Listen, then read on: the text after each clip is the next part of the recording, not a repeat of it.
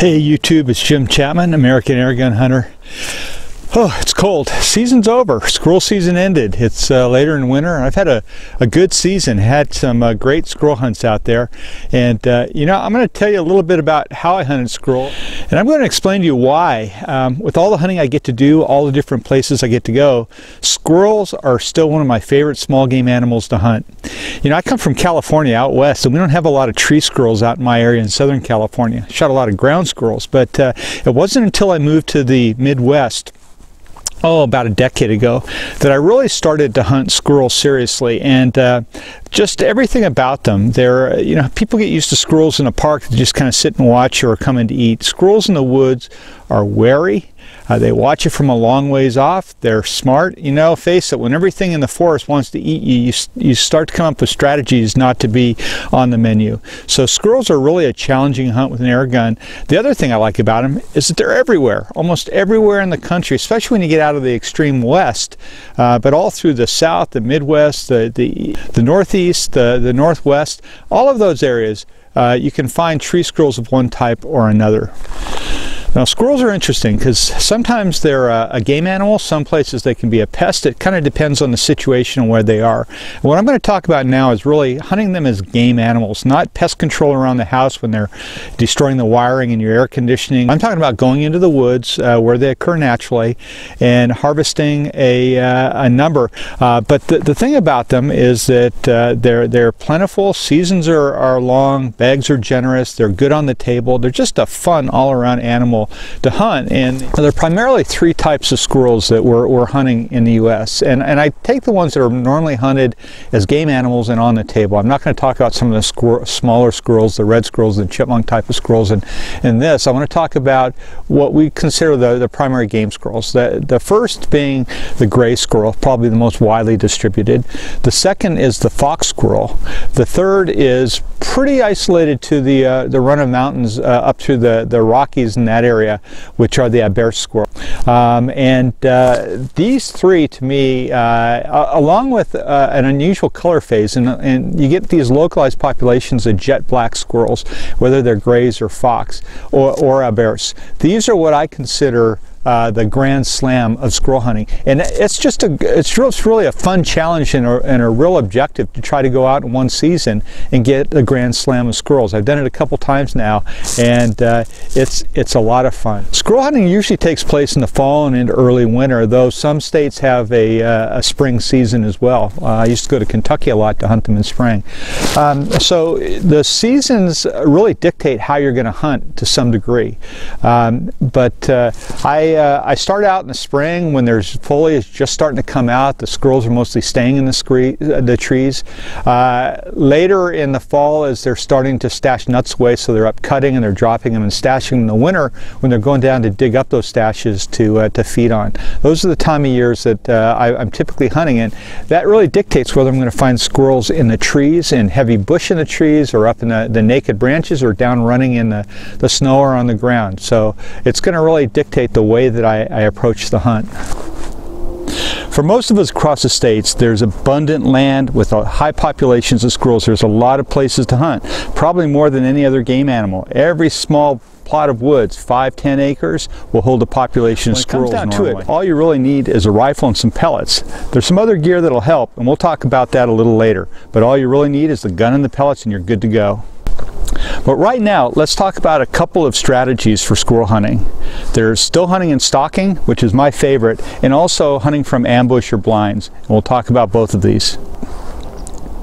Still hunting entails walking very slowly through the woods and looking for your quarry. And when I say slowly, I mean very slowly. Spend more time stopping, looking, listening than you do walking. It'll take a lot of time to cover ground this way, but you want to go very quietly, you want to stop often, you want to listen, you want to look around. Stalking, on the other hand, and this also, it's very close to still hunting because very often they go together. Stalking is when you've spotted an animal, you see where its location is, and you work your way into range, trying not to let the animal know that you're. And the real challenge with this is seeing the animal before they see you. Remember, everything out in the woods wants to eat a squirrel, so they're always on the lookout. These ones are watching you from a long ways away, and they got a safety zone. You get inside of 100 yards usually, and they start to scatter. So you've got to use the cover, you got to use the trees, you got to use the bush, you've got to use everything around you. You've got to use washes, anything that'll keep you hidden as you move into shooting range. The other method of hunting is from a blind or ambush, and that's basically where you sit hidden and wait for the animals to come into you. And when I'm squirrel hunting, I don't so much hunt from a blind. I mean, if I'm out deer hunting or something else, I have a blind set up, I may do that. But typically, for me, what ambush hunting is I find a place where I sit at the base of a tree with my back to the tree, and I do that to break me up and to help camouflage me. And it increases the comfort so I can sit still, because the one thing you don't want to do when you're doing this type of hunting is to move. Think about it. A squirrel up in the tree looking down, watching over an area, what are they going to see? You're going to see this white face, this white parts of my beard up flashing around and moving a lot. And if my hands aren't covered, that's what's going to move as I'm picking up my gun, my binoculars. So you want to keep these things camouflaged. You want to minimize movement. You also want to keep them camouflaged. As you're moving along, either still hunting or you're looking for a place to set up an ambush, you want to look for signs that there are squirrels in the region. That can be a lot of things. You can look to find cuttings, that's nutshells where the squirrels have gnawed on them laying around, because they'll sit up in a tree, they'll gnaw, or they'll sit where they buried nuts and they'll gnaw, and they'll leave those cuttings around. At the right time of year, when they're starting to hide nuts, you may actually see the cuttings falling down. There'll be like a little rain coming out of the trees where a squirrel's up there gnawing them off and getting ready to drop to the ground for burial, as well as eating some of them. So you want to look for cuttings. You want to look for den trees. Those are trees either with a lot of holes in them, with broken off branches that have hollows, places where the squirrels can go into to get cover. And these, especially in the winter, are the places that they like to den up. The other thing you can find, especially as the weather gets a bit warmer, are the drays. Those are the nests made out of leaves and twigs up in the trees that you see. When the leaves start falling off the trees, they become very apparent. And let me just say, by the way, you may see a dray, you may see squirrels running in and out. Don't ever shoot at the dray. It's first off, it's illegal in most places. But thing to do, find a place where there's a food source. Find a place where there are drays or den trees, and you'll be able to get the squirrels at certain times of the day moving between those. So if you're there early in the morning, you'll get the squirrels coming out of their nest and moving over to the food sources. You get there a little bit later, you get them moving from the food sources back to their nests. So that's a good place to set up an ambush. I'll often use shooting sticks when I'm hunting like this, and I'll set them in front of me and set the gun on top of it, so I don't have to actually pick the gun up when the time comes to shoot. If you're in a wood, the border is bordered by fields. Set up right where you can watch along that border, because a lot of times the trees along the border will be a pathway for the squirrels moving from one place to another. So for this to work, you need to be where the squirrels are going to be. Not necessarily where they are right now, because you'll probably scare them away when you come in, but where they're You can be successful out hunting without wearing camo, but I do think, from my own personal experience, wearing camo improves your success rate. When I first came to the Midwest, as I mentioned, I didn't have a lot of experience hunting squirrels, and I'd go out in my jeans and a sweatshirt or whatever, and I'd shoot a few squirrels, but I wouldn't have the kind of success that some of the people I knew were having. And then I looked at all of them that were having a lot of success were wearing camo. So I started wearing camo, and my success rate started to shoot up. I started bagging my limit. I started having more success than I've been having before. I think at the very minimum, I still might go out in jeans and a sweatshirt sometime, or I'll try to wear a camo top. But for sure, every time I go out there, I'm wearing gloves, camo gloves, and a face mask and a hat. When I'm out spot and stalk hunting, when I'm out still hunting, and when I'm out setting up ambushes, there are some gear that I like to bring. You don't have to have this, but it helps.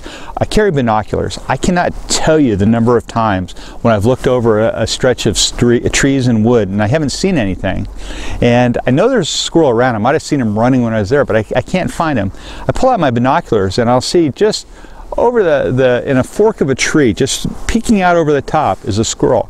Those binoculars help me to see squirrels even when I'm not that far away from them, that are really well camouflaged and hidden, and they do blend in. Believe me, they do blend in. So binoculars can really help. And also, if you're going farther away, to sit on a hillside and just glass an area and look where there might be activity is really useful. The other thing that I almost always carry is a rangefinder, because especially if you're going to start reaching out. Now, when I'm out with springers, I keep all my shots inside at 35 yards, but when I'm out with a PCP, I may go out to 60, 65 yards, and the difference in trajectory between shooting at 20, 30, 40, 60, 70 yards can be quite different. So knowing what your gun does and knowing what the range is very useful information. So take the rangefinder.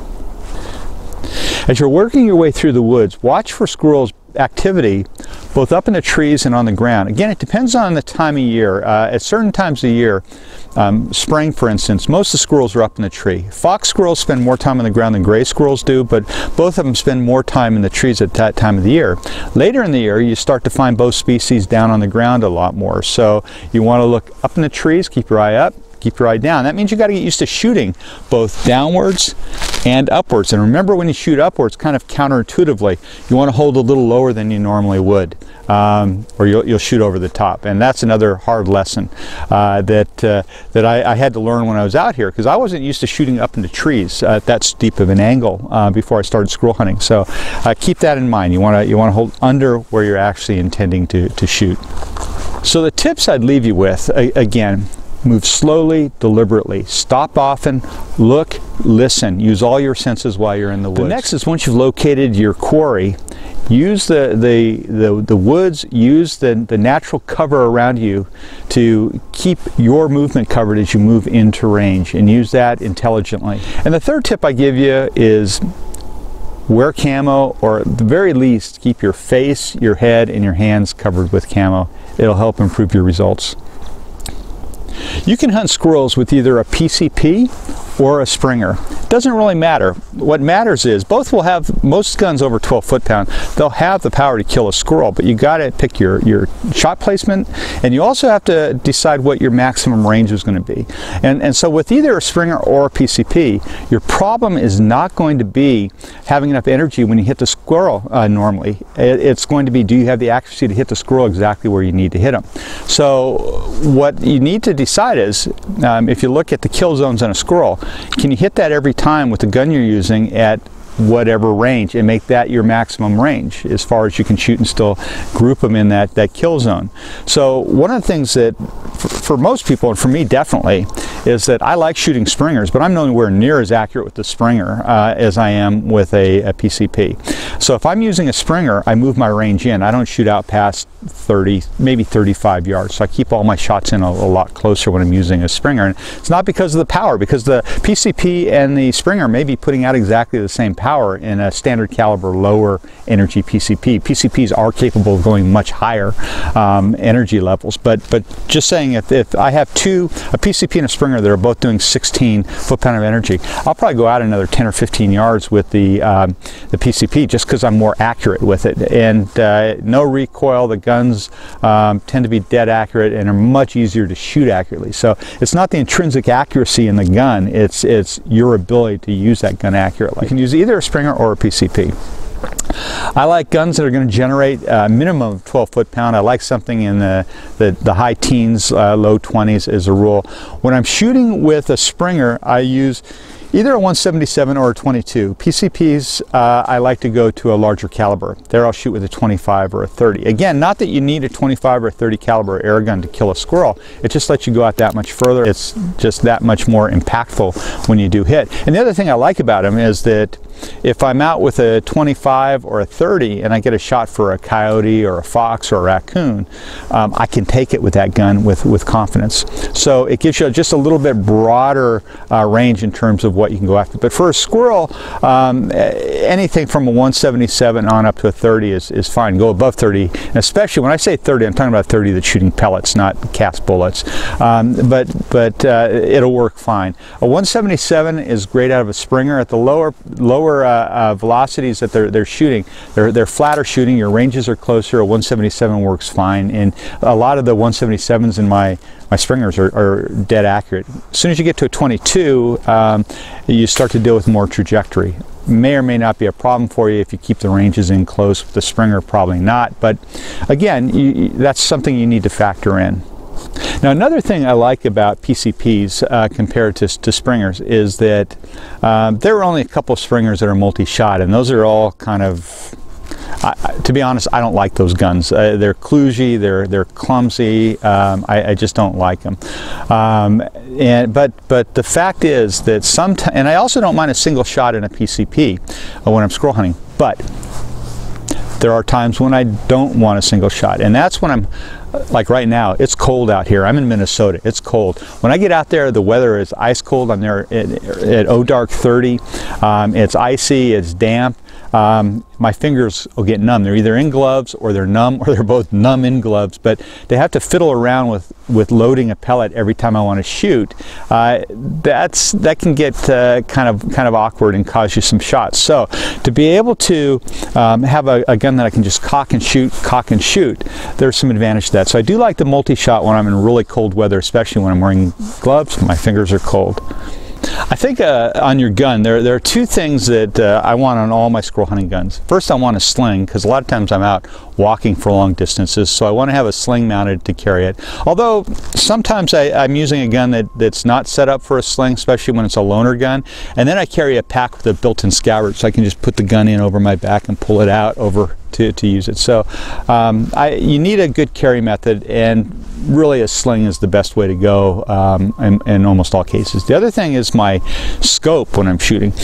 You don't need a lot of heavy magnification. I see guys going out with nice compact little guns with scopes almost as big as the guns. I think a 3x9 variable scope with a 40mm objective, compact versions, they work great on squirrel guns, and that's kind of the way I like to go with my squirrel rifles. There are some things that can help. Illuminated reticles. You know, I thought when I first started with these they might be gimmicky, but when I'm out in the squirrel woods really early in the morning and I see a silhouette of a squirrel and it's not light enough yet to see my crosshairs, having lit crosshairs is really helpful. And the same thing at the end of the day if you're hunting later in the day towards dusk. That can really help. You want to have good light transmission characteristics. Regardless of whether you have an illuminated reticle or not, you want glass that lets you pick up game in the shadows or in low light conditions. So you want one that works really well. All scopes will work well when it's bright and sunny out. Well, to some degree, they work pretty well when it's bright and sunny out. It's when you're using them when it's dark and when there's not so much light, that's when you really can see the quality of a scope. The pellets that I like to use when I'm hunting squirrels primarily are dome pellets, round nose pellets. And the reason is, I find in most guns they're accurate, and you want to have accuracy with squirrel hunting. You're dealing with a small kill zone. So I like the accuracy, but also they do an efficient transfer of energy onto target. So when you hit the squirrel, the terminal performance is good, whether a headshot or a body shot. The round nose will give you a good combination of penetration and transfer of energy. And as I mentioned, they're usually the most accurate. I've used some of the specialty pellets. I've used the Hunter Extremes out of H&N, which are like a hollow point with a crosshatch in them that are pretty effective. And I've also used the Predator International Polymags. Those are the hollow points that have an embedded point of a polymer tip that's embedded in them. And those also give good penetration, and they give devastating terminal impact. Not all my guns like those two pellets, but the ones that do, they work very effectively. So that's an option for you to consider. And I've used round ball, not BBs, but lead round ball that I've used, especially in 25 caliber, that have been very effective as well. So what you really want to do is pick the projectile that is accurate in your gun, find out what's accurate, get confident with that projectile gun combination, and that's what you use. And again, my range is different. I shoot, as if you've seen through here, I have a lot of different guns I use, but every one I know what my range is for that gun and what pellet I'm going to use with that gun. And to me, it's a disadvantage because I use so many guns, but if you've got one or two rifles that you hunt with, you know that gun inside and out. You know exactly what it'll do with the pellet or projectile you're using, and that's a good place to be. So that's it. Squirrel hunting, a great sport. It's one of my favorite small game. Why? As I've said, they're abundant in most places. Their range is spread out all across the country. There are different species that you can go after. They're good table fare, and it's just a great way to get out in the field and sport. All the opportunity. You know, I go out before work some days, or after work I'll go out and hunt. So what you really want to do is spend time in the woods. Squirrel hunting is a great way to get out there. So what I would suggest is, if you want to give air gunning a try, this is a great place to try it. Get out there in the squirrel woods, go after squirrels. Long seasons, good bag limits, good populations, everything you want. It's a great way to get into air gun hunting.